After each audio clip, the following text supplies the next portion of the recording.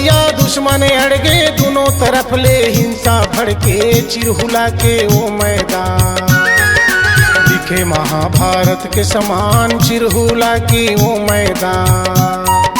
देख बरतिया दुश्मन अड़गे, दोनों तरफ ले हिंसा भड़के, चिरहुला के वो मैदान दिखे महाभारत के समान, चिरहुला के वो मैदान।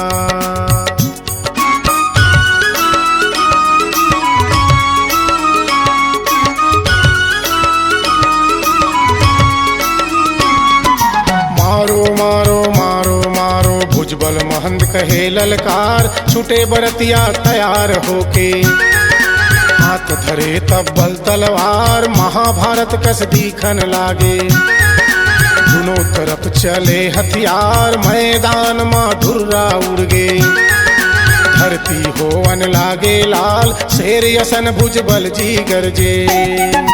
देख दुश्मन बैरी थरियार, भुजबल महंत में छयटियार, चिरहुला के वो मैदान दिखे महाभारत के समान, चिरहुला के वो मैदान। देख बरतिया दुश्मन अड़गे, दोनों तरफ ले हिंसा भड़के, चिरहुला के वो मैदान दिखे महाभारत के समान, चिरहुला के ये मैदान दिखे महाभारत के समान, चिरहुला के वो मैदान।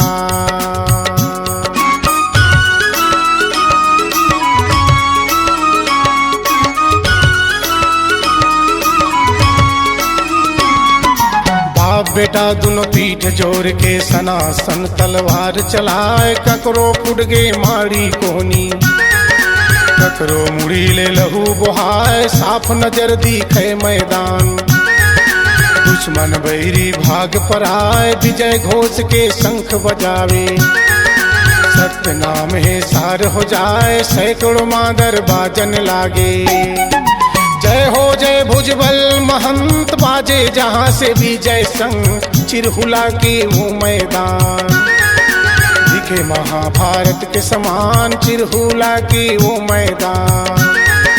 देख बरतिया दुश्मन अड़गे, दोनों तरफ ले हिंसा भड़के, चिरहुला के वो मैदान दिखे महाभारत के समान, चिरहुला के वो मैदान दिखे महाभारत के समान, चिरहुला के ये मैदान दिखे महाभारत के समान, चिरहुला के वो मैदान दिखे महाभारत के समान, चिरहुला के ये मैदान दिखे महाभारत के समान, चिरहुला के वो मैदान।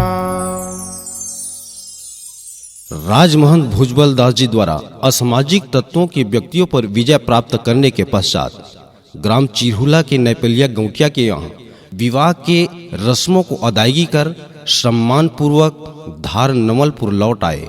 तभी से सतनामी समाज में डोला प्रथा का प्रचलन हुआ। ऐसे महान पराक्रमी ने समाज में इतिहास को कायम किया। ऐसे महान विभूति को हम सत सत नमन, वंदन एवं अभिवादन करते हैं। C-Log Digital Recording Studio, Cordoba. Contact number 9907119215.